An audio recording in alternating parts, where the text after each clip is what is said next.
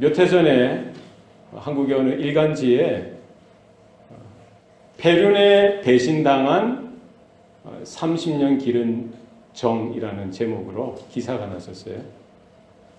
그 기사를 보면은 철물점을 하는 부부인데요. 어느 아침 일찍 보니까 그 가게 앞에 누가 어린 아기를 버려두고 간 겁니다.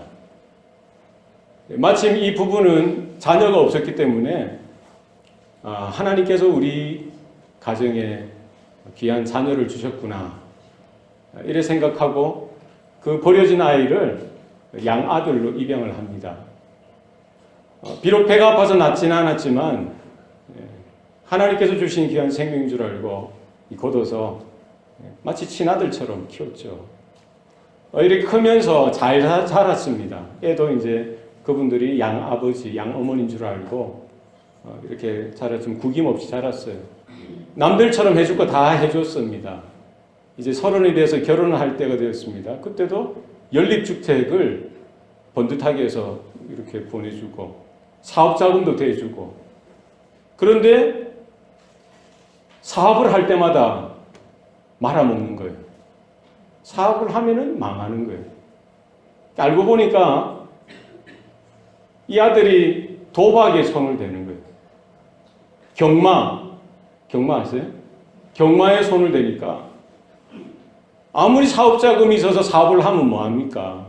딴 데로 돈이 다 새가니까 사업을 하면 망하고 말아먹고, 또 양부모님께 또 와서 손 벌리면 또 돈을 얻어가서 또 사업하면 또 말아먹고 이런 식이에요.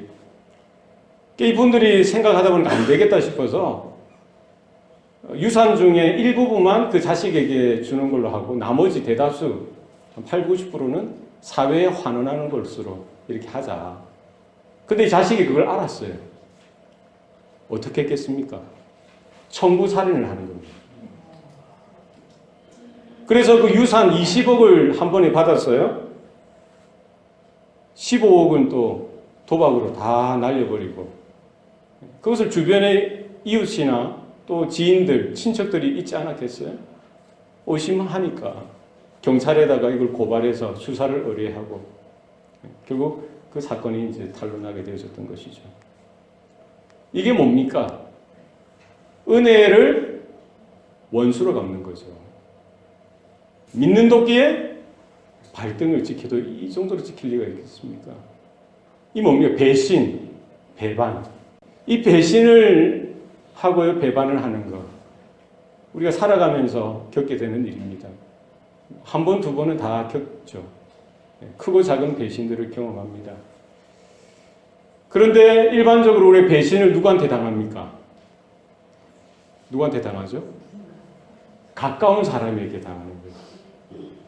믿었던 사람에게, 아낌없이 내가 주었던 사람에게, 의지했던 사람에게 하루아침에 이 배신을 당하는 경우가 있다는 거예요. 그렇죠? 지나가는 사람한테 배신당하는 경우 있습니까? 모르는 낯선 사람한테 배신당하는 경우 있어요? 없어요. 내가 믿고 따르고 아낌없이 내게 있는 모든 것들을 아낌없이 퍼주었던 그 사람에게 하루아침에 배신당하는 거예요. 그게 우리의 삶이라는 겁니다. 여러분이 가장 가까운 사람 10명 리스트를 쫙 뽑아보세요. 거기 다 그 사람들이 누구예요? 나를 가장 배신할 수 있는 가능성이 있는 사람들이 거기에 있는 거예요. 여러분 믿기 힘들겠지만, 믿기 싫겠지만 그래요. 우리 인생이라는 거예요. 여러분, 사람은 연약합니다. 부족합니다. 이 죄성이 있어요. 전적인 타락한 본성이 있습니다. 우리가 구원을 받았음에도, 하나님의 은혜를 경험했음에도 이 죄의 쓴뿌리가 있는 거예요. 그렇기 때문에 사람을 절대적으로 의지해서는 안 됩니다. 사람을 절대적으로 여러분 신뢰해서도 안 돼요. 누구만 신뢰해야 됩니까? 하나님만 절대적으로 신뢰하시기 바랍니다. 우리가 배신당하는 거는요, 하나님보다 더 사람을 믿고요, 하나님보다 사람을 더 의지했을 때에 이것은 괜찮겠지, 저 사람은 괜찮겠지, 그러다가 우리가 아픔을, 상처를 입게 되는 겁니다. 하나님만이 나의 도움이시요 나의 반석이시요 나의 피할 바위이신 줄로 믿으시길 바랍니다. 저도 연약하고요. 여기 모인 사람, 여러분 한 분 한 분 다 연약해요. 부족합니다. 우리가 하나님의 은혜가 끊어지고요. 하나님의 은혜가 잊혀지고 하나님의 그 긍휼히 여기시는 사랑이 끊겨지면 우리는 다 똑같아요. 부족한 사람들입니다. 누구는 뭐 더 하고 누구는 뭐 덜 하고 그렇지 않습니다. 우리는 하나님 앞에서 죄인일 뿐입니다. 하나님의 죄사함의 은총, 하나님께서 용서하시는 그 은혜를 날마다 우리가 추구하고 구하고 회개하고 자복하고 돌이키는 은혜가 우리의 삶 가운데 있어야 할 줄로 믿습니다. 오늘 본문에 보면은 예수님도 배신을 당하셨어요. 예수님도 배반을 당하셨어요. 놀랍지 않습니까? 예수님도 배신을 당하셨다면 저와 여러분은 오죽하겠습니까? 오늘 본문을 보시기 바랍니다. 12 중에 하나인 가룟 유다가 예수를 넘겨주려고 대제사장들에게 감해 그들이 듣고 기뻐하여 돈을 주기로 약속하니 유다가 예수를 어떻게 넘겨줄까 하고 그 기회를 찾더라. 오늘 본문에는 유다 한 사람이 예수를 대제사장들에게 팔아 넘기는 그 모습이 이제 시작되어지죠. 얼마에 팝니까? 은 30에 팔아버려요. 누구를 팝니까? 예수 그리스도, 자신의 스승, 3년 동안 쫓아다녔던 그분을 통해서 말씀을 들었고요. 그분이 행하셨던 여러 가지 기적들을 바라보고 경험했던 그 제자, 누구보다도 예수님을 신뢰하고 따랐던 그 제자, 예수님 말씀을 얼마나 듣고 감동받았을까요? 예수님의 그런 크고 작은 기적들을 바라보면서 얼마나 하나님의 그 찬란한 은혜, 영광을 보았겠습니까? 그랬던 제자 가룟 유다가 예수님을 가차없이 배신하고 등을 돌리고요. 은 30에 팔아 넘겼습니다. 우리는 가룟 유다만 생각하기 쉽습니다. 가룟 유다, 배신자, 낙인을 찍어버려요. 그럼 베드로는 어떻습니까? 다른 제자들은 또 어떻습니까? 그렇죠. 부인했어요. 12제자 중 한 제자, 어린, 가장 어린, 나이 어린 요한만 빼고 다 예수님이 붙들려 가시고요. 고문을 당하시고요. 치조를 당하시는 그때, 십자가에 달려 죽으시는 그때 제자들 요한만 남겨두고 다 뿔뿔이 흩어졌어요. 다 도망갔어요. 가룟 유다는 그냥 선방을 한 거죠. 선수를 친 거죠. 은 30에 팔아서 자기 목 챙기려고 먼저 선수를 친 것이고, 베드로는 어땠어요? 수제자죠. 다 버리고 도망갈지라도 나는 주님 버리지 않겠습니다. 나는 주님과 함께하고 주님과 함께 죽겠습니다. 이렇게 호언장담했던 베드로도 어떻게 했습니까? 주님이 붙들려 무기력하게 6월절 어린 양으로서 그 가셔야 될 그 길을 걸어가실 때에 함께하지 못했어요. 너도 그와 함께하는 일행이 아니냐? 여자아이가 이렇게 다그치자 모른다고. 나는 그를 몰라. 부인하죠. 어떻게 부인합니까? 3번을 부인합니다. 저주하면서 침뱉으며 부인해요. 다른 제자들은 말할 것 없어요. 다 자기 목숨 아까워서 살 길을 찾아서 다 뿔뿔이 흩어져 도망갔던 거예요. 유다도 예수를 배신했고 배반했고요. 이 배신이란 말은요, 믿음이나 의리를 저버린다는 뜻입니다. 배반은 뭡니까? 그 믿음이나 의리를 저버리고 등을 돌린다는 뜻입니다. 그러면 유다도 예수님에 대한 의리를 저버렸죠. 그렇죠? 그리고 등을 돌렸어요. 베드로도 예수님에 대한 의리를 저버리고 믿음을 저버리고 등을 돌렸습니다. 유다나 베드로나 요한을 제외한 다른 모든 제자들이나 똑같아요? 안 똑같습니까?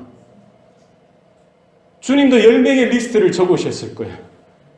12명의 리스트 중에 1명 빼고 11명 다 똑같이 주님께 은혜를 받았음에도 불구하고 사랑을 경험했음에도 불구하고 정말 주님이 필요했던, 주님이 그들을 정말 함께하기를 원했던 그 시간, 그 자리에 함께하지 못하고 다 뿔뿔이 흩어져 버렸던 것을 볼 수가 있습니다. 그 차이가 뭐죠? 베드로나 다른 제자들은요, 그래도 그 배신과 배반 속에서도 회개하고 돌이켰던 용서받은 배신자들이고요. 가룟 유다는 뭡니까? 그냥 은삼십 받아서서 양심의 가책을 느끼고 이거 아닌데, 죄 없는데 하면서 그냥 뉘우치다가 그 양심의 가책이에요. 그러면은 하나님께 돌아가고 예수님께 돌아가고 통곡하고 자복하고 회개해야 되는데 그 양심의 가책 거기에 수준에 머물고요. 제사장들에게 돈 돌려주다가 안 받으니까 성전에 던지고는 나가서 어떻게? 목매어 자결하죠. 그 가룟 유다와 베드로 다른 제자들과의 차이점은 뭡니까? 베드로와 다른 제자들은 용서받은 배신자들이고요. 가룟 유다는 용서받지 못한 배신자들인 거예요. 저와 여러분은 어떻습니까? 여러분은 예수님의 제자들 맞습니까? 예수님을 따라가는 사람들 맞습니까? 우리는 지금 무엇을 위해서 예수님을 향해서 쫓아가고 예수님의 자녀 되기를 이렇게 자원해서 이 자리에 서 있습니까?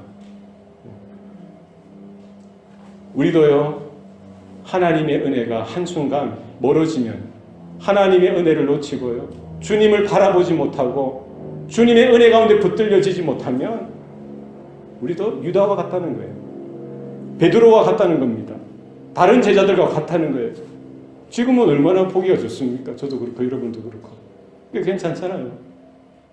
그러나 정말 삶의 현장에서 핍박이 몰려오고 고난이 닥쳐오고 환난이 몰려들 때에 정말 믿음의 결단을 하고 나는 주님 옆에 서겠습니다. 하나님 믿음 가운데 서겠습니다. 주님을 부인하지 않겠습니다. 믿음을 부정하지 않겠습니다. 주님과 함께 가겠습니다. 이렇게 결단할 수 있는 저와 여러분 되시기를 소원합니다. C.S. 루이스, 위대한 기독교 사상자요, 수많은 영향력 있는 책들을 저술했던 분입니다. 그가 이런 말을 했습니다. 우리는 예수를 바라보는 동안 그리스도인이다. 왜냐하면 우리가 예수를 바라보는 동안 그분이 우리를 통치하시기 때문이다. 무슨 말입니까? 우리가 주님을 바라보는 동안, 주님의 십자가를 바라보는 동안, 주님의 그 진리, 그 복음을 바라보는 동안 우리는 그리스도인이라는 거예요. 주님을 보지 않고요, 이름뿐인 크리스찬으로서 그냥 주여 주여 믿음은 고백하는 것 같지만 세상을 향해서 눈을 돌리고요, 세상의 그 어떤 영광과 그 어떤 꿈을 가지고 세상을 향해서 우리의 마음을 빼앗기고요, 그러면 우리는 뭐라는 거예요? 유다나 마찬가지라는 거예요. 베드로나 마찬가지라는 거예요. 그 다른 제자들과 뭐 더 나을 게 있다는 겁니까? 똑같다는 겁니다. 여러분, 지난 한 주간을 돌이켜보세요. 정말 주님을 바라보셨습니까? 주님의 십자가를 붙들었습니까? 주님의 그 진리를 여러분 붙들고 계셨습니까? 그 은혜 가운데 우리가 메어져야 돼요. 그 진리 가운데 우리가 붙들려져야 됩니다. 여러분, 다른 데 눈을 돌리지 마시고 예수 그리스도만을 바라보고 나아가는 저와 여러분 되시길 바랍니다. 히브리서 기자가 뭐라고 이야기합니까? 믿음의 주여 또 온전케 하시는 예수를 바라보라. 우리의 신앙생활은요, 다른 거 아닙니다. 누구를 바라봐야 됩니까? 예수님을 바라보셔야 돼요. 예수님이 걸어가셨던 그 길을 바라보시고, 그 길은 어떤 길입니까? 꽃길이 아닙니다. 세상에 영광된 길이 아닙니다. 사람들이 환호하고 축하하는 그런 길이 아닙니다. 목숨의 위협이 있을 수도 있고요, 우리 삶에 여러 가지 불편이 있을 수도 있습니다. 그 길은 좁은 문을 통과해야 되고 좁은 길입니다. 주님은 그 길을 걸어가셨습니다. 나를 따라오려거든 날마다 자기를 부인하고 자기 십자가를 지고 나를 쫓을지니, 주님이 말씀하셨습니다. 주님의 그 초청 가운데 주님이 가시는 그 길, 주님만을 바라보며 주님 쫓아가겠습니다. 여러분, 믿음으로 고백하시길 소원합니다. 유다는 왜 예수를 배신했을까요? 유다가 왜 예수를 배신했겠어요? 왜 배반했겠습니까? 3년이나 그렇게 동고동락했는데요. 함께 울고 함께 웃고 그 수많은 사역들을 감당하지 않았겠어요? 제자들을 어느 날 둘씩 짝지어서 복음 전파하러 보낼 때요. 그들에게 권세를 주시고 권능을 주셨어요. 복음을 전할 때마다 구원받는 일들이 나타나는 것을 그들이 보았어요. 귀신이 쫓김을 당하고요. 예수님이 명령하신 대로 손을 얹어서 기도했더니 병이 낫는 거예요. 그것은 12제자 똑같이 주셨던 하나님의 신령한 은혜요, 능력이 나타났던 겁니다. 그런 것들 다 경험했는데 왜 그 제자들 유다를 필두로 해서 베드로까지 다 하나 둘씩 다리를 흩어졌습니까? 유다가 왜 예수를 배신했겠습니까? 그는 자기를 사랑했기 때문이에요. 그는 돈을 사랑했기 때문입니다. 오늘 본문에 보면은요, 유다가 예수를 넘겨주려고 누구에게 갔습니까? 대제사장들에게 갔습니다. 예. 그 11절 말씀이 뭐라고 나옵니까? 그들이 듣고 기뻐하여 뭐를 약속합니까? 돈을 주기로 약속하니. 그제서야 유다가 뭐라는 거예요? 예수를 어떻게 넘겨줄까 하고 그 기회를 찾더라. 오늘 마가는 그렇게 기록을 했습니다만 마태복음 26장에 보면은 유다가 대제사장들에게 가서 내가 너희들에게 예수를 넘겨주려고 하니 얼마를 주려느냐 하니 그들이 은 30을 달아 주었더라. 그리고 가서 유다가 예수를 어떻게 넘겨줄까 하고 그 기회를 찾더라. 네. 그죠? 마태는 뭐라고 기록했습니까? 유다가 무엇을 위해 예수를 넘겨주었는지 분명한 동기를 기록하고 있습니다. 왜 예수를 배반했던 거예요? 예수 넘겨주면 얼마 줄 거냐? 은 30을 주겠다. 달아서 받았어요. 바로 돈 때문에, 자기의 돈 때문에 예수를 팔아넘긴 겁니다. 그리고 지난주에도 우리가 살펴봤듯이 마리아가 은 300양 이상 되는 매우 값진 향유, 순전한 나드 한 옥합을 가지고 와서 예수께 깨트려서 예수님의 머리 위에 붓습니다. 그리고 그것으로 예수의 장례를 미리 준비하죠. 마가복음에는요, 어떤 사람들이 화를 내고 서로 말하여 이르되 어찌하여 이 향유를 허비하느냐.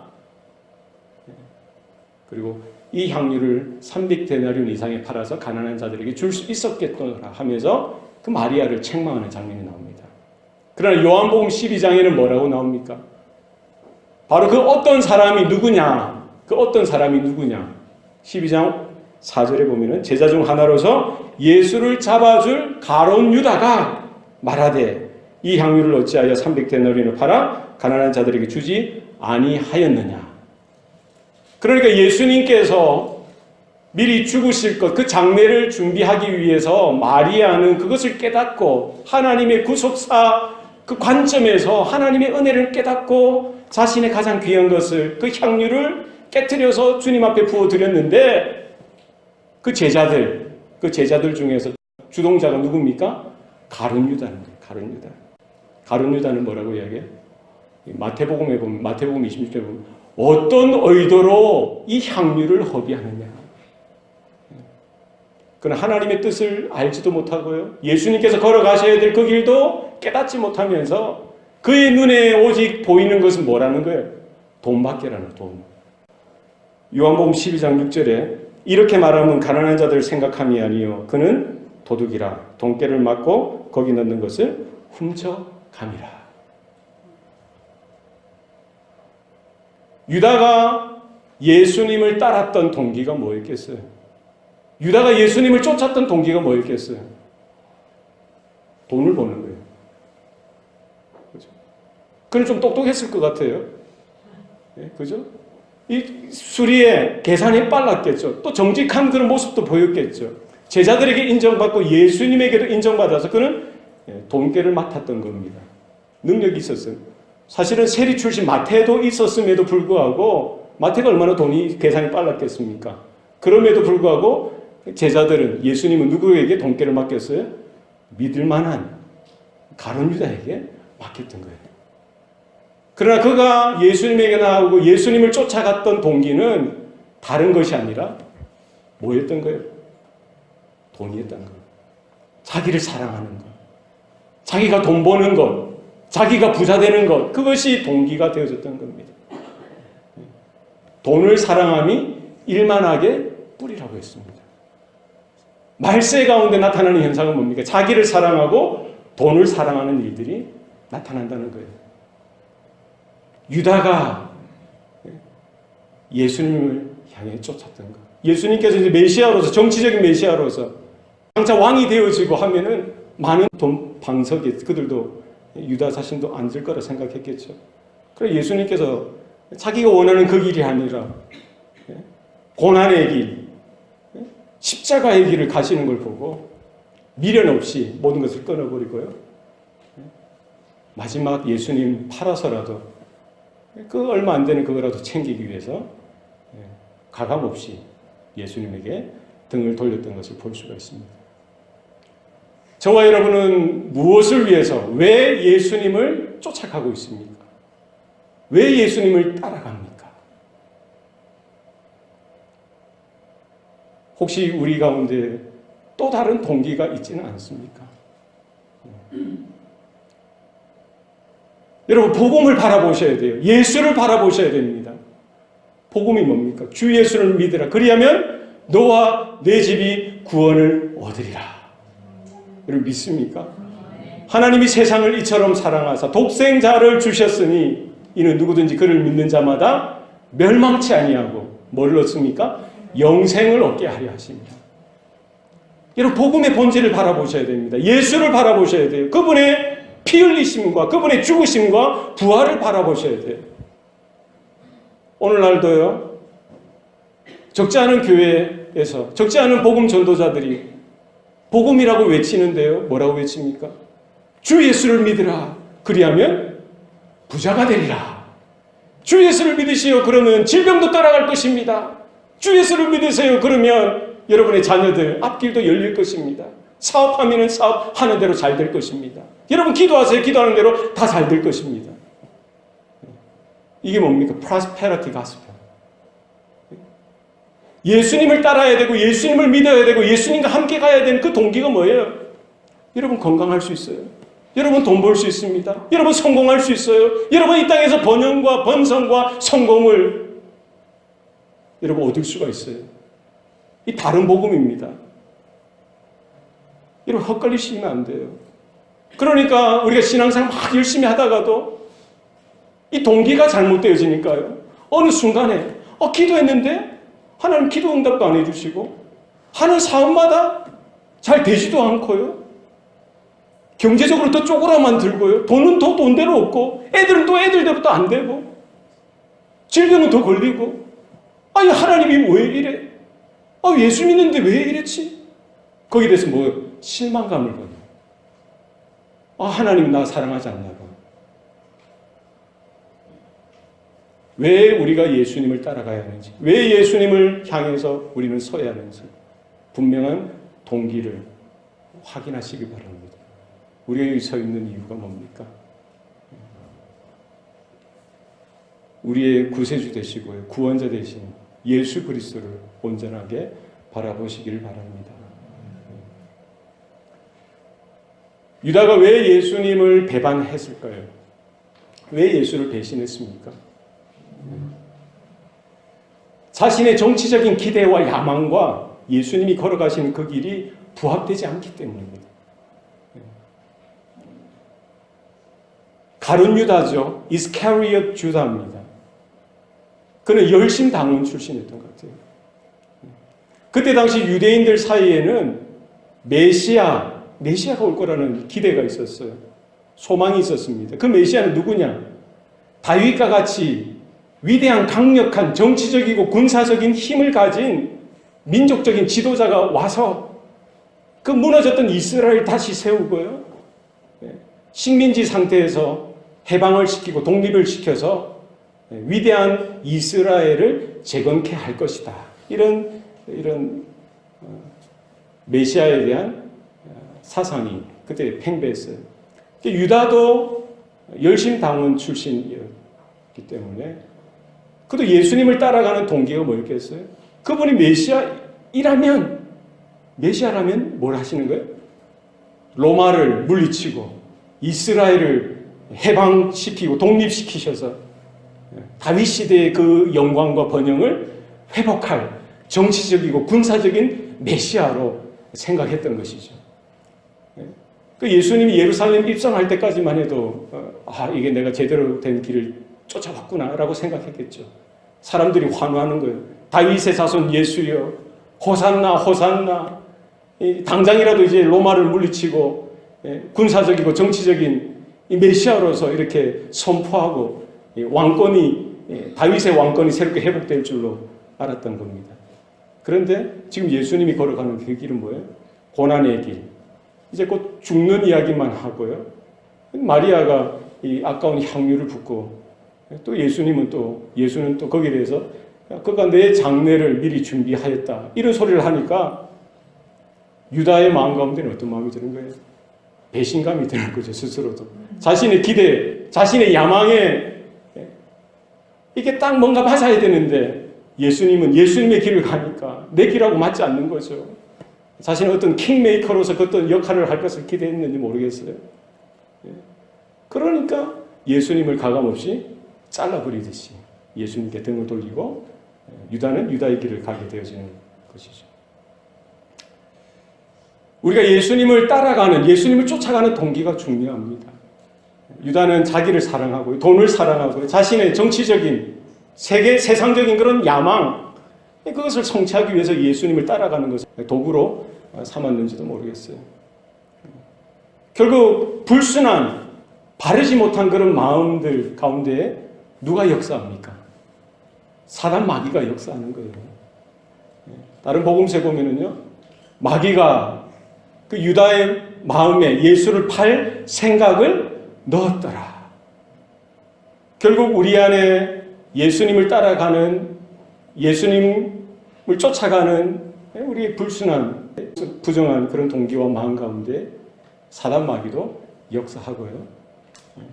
하나님의 나라와 하나님의 의를 구하는 그 길에 훼손이 되어지게 되어지고 장애가 되어지는 그런 일들이 일어나게 되는 것입니다. 우리가 주님을 따라가는, 주님을 쫓아가는 바른 믿음과 소망, 소원이 우리 가운데 새롭게 일어나기를 소원합니다. 세상에서 가장 아름다운 향기를 내는 꽃은 백합이라고 합니다.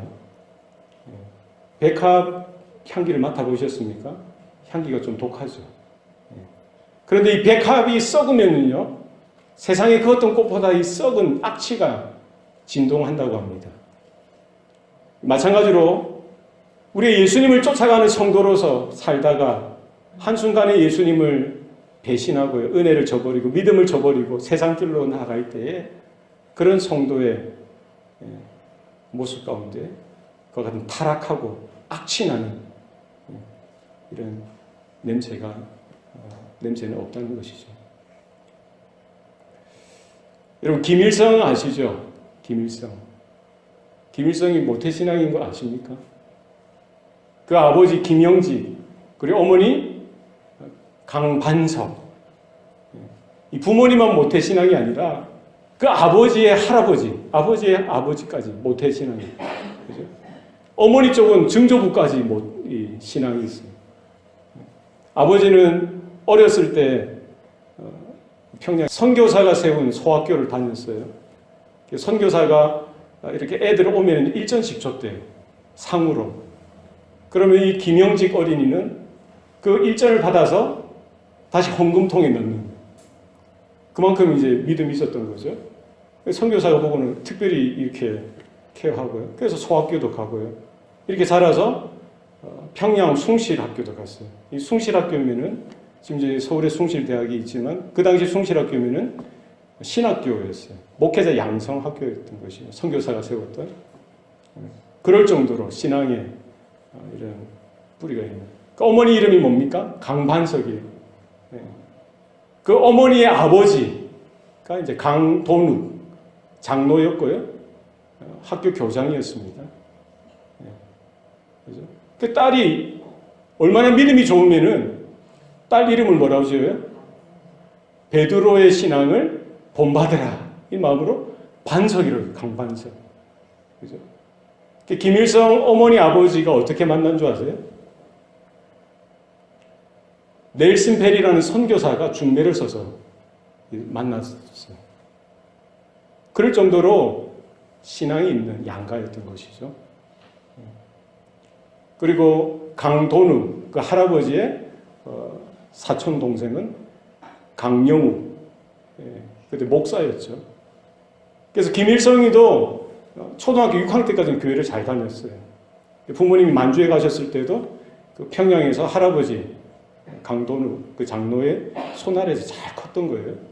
그래서 중학교가 되면서 중학교에 가면서 이제 목사님이 설교 듣는 것도 싫어하고 교회 다니는 것도 싫어하면서 이제 공산주의 이런 사상에 더 심취하게 되어지고 이 공산주의자가 되면서 북한이 공산혁명을 일으킬 때도요. 그 삼촌이었던 강영욱 그분도 뭐 동조자가 되죠. 기독교 총연맹을 만드는데 거기에 위원장이 되어지고요. 그 목사가 이북에 있는 모든 교회를 무너뜨리고요. 목회자나 장로나 성도들을 색출해서 죽이는데 앞장섰던 거예요. 그때 당시에 목회자는 딱 세 부류입니다. 공산 정권이 들어왔을 때 6.25 나기 전에 세 부류가 있는데 어떻게 했습니까? 적지 않은 목회자들이 그 공산 정권의 핍박에 피해서 남한으로 피신했어요. 그게 첫 번째고요. 두 번째는 뭡니까? 조선 그리스도 연맹 거기에 물론 이제 여러 협박도 했겠죠. 또 회유도 했을 거예요. 거기에 넘어가서 신앙을 버리고 배교하는 그런 목사들, 장로들이 그때 당시 또 나타났던 것이죠. 그리고 나머지는 뭡니까? 끝까지 믿음을 지키고 순교하는 이런. 그러니까 지난 70년 동안 북한은 특별한 좀 이상한 그런 나라가 되어버렸습니다. 예. 정말 하나님께서 평양 땅에 부흥을 주셨고요. 오히려 이북 지역에 더 많은 교회가 생겼음에도 불구하고 그 모태신앙이었고 신앙의 가문 속에 자랐던 김일성 그 가문을 통해서요. 이북의 신앙의 씨가 말라져고요. 예수 믿는다는 것 하나 때문에 총살을 당하고 고문을 당하고 죽임을 당하게 되죠. 성경책을 들고 다닐 수도 없어요. 예수 이런 말을 꺼낸다든지 뭐 찬양을 흥얼거린다든지 혹은 기도를 뭐 이렇게 하는 모습을 보인다든지 그러면 어떻게 됩니까? 잡혀가 고문당하고 재판도 없죠. 죽임을 당하는 겁니다. 이 아이러니 아닙니까? 그죠? 유다가 그래했듯이 오고 오는 모든 세대 가운데 하나님의 은혜를 저버리고요. 믿음을 떠나갔던 적지 않은 사람들. 그 대표격의 김일성도 있고요. 마르크스도 있고요. 그 다 크리스찬들이었습니다. 우리가 서 있는 자리가 어디 있는지, 우리가 지금 왜 주님을 따라가는지, 우리는 무엇을 바라봐야 하는지, 내게 있는 믿음은 정말 하나님 보시기에 온전한지 우리 날마다 확인할 수 있기를 소원합니다. 여러분 내 안에 있는 이런 습관이나 우리가 오랜 세월 신앙생활했던 그런 의를 여러분 의지하지 마시기 바랍니다. 물론 그것도 귀하죠. 정말 그것도 좋은 겁니다. 그러나 그것이 절대적으로 삼아서는 안 된다는 거예요. 우리에게 오늘 나에게 주시는 하나님의 은혜가 있어야 될 줄로 믿습니다. 오늘 나에게 베풀어 주신 하나님의 긍휼하심이 내 심령 가운데 내 심장을 뜨겁게 하고 내 삶을 날마다 새롭게 조금씩 변화시키는 은혜가 우리의 삶 가운데 있어야 할 줄로 믿습니다. 저도 그렇고요. 우리들은 다 연약합니다. 유다가 넘어졌고요. 베드로가 넘어졌고 그 다른 제자들이 넘어졌고 믿음의 선조들이 넘어졌던 그 자리에 우리가 똑같이 넘어져서는 안 될 것입니다. 날마다 죄사함의 은총 가운데 회개하고 돌이키고요. 하나님의 은혜를 확인하고 나를 불러주신 그 자리에서 끝까지 주님을 쫓아가며 주님만을 바라보며 하나님께서 허락하신 귀한 사역과 사명을 감당하는 저와 여러분의 삶이 되시기를 축원합니다. 기도하시겠습니다. 살아계신 아버지 하나님, 오늘도 우리에게 은혜와 복을 주시니 감사합니다. 하나님의 은혜가 한순간 사라지면은 또 우리 힘으로 1분 1초도 설 수 없는 존재라는 것을 깨닫게 하시니 감사합니다. 하나님의 불러주신 그 부르심 앞에 믿음으로 날마다 반응하게 하시고 믿음의 주여 또 온전케 하시는 예수 그리스도를 바라보는 주의 성도들 되게 하여 주시옵소서. 이북 땅에서 신앙생활하는 것도 힘들고 어렵지만 이곳 샌프란시스코 이 미국 땅에서 정말 하나님이 찾으시고 기대하시는 그 믿음을 가지고 신앙생활하는 것도 더 어렵다는 것을 하나님 깨닫습니다. 하나님 불쌍히 여겨주시고 긍휼히 여겨주셔서 내 안에 있는 욕망이나 욕심이나 돈을 사랑하는 것, 세상을 사랑하고 세상의 영광을 구하는 모든 것들을 과감없이 잘라버리게 하시고 날마다 자기를 부인하고 자기 십자가를 지고 주님을 따라가는 성도들 되게 하여 주시옵소서. 주님 다시 오실 때까지, 주님 다시 불러주실 때까지 이 믿음을 온전하게 지키며 또 주님 옆에, 주님 앞에 서는 성도들 되게 하옵소서. 감사드리고 예수님 이름으로 기도합니다. 아멘.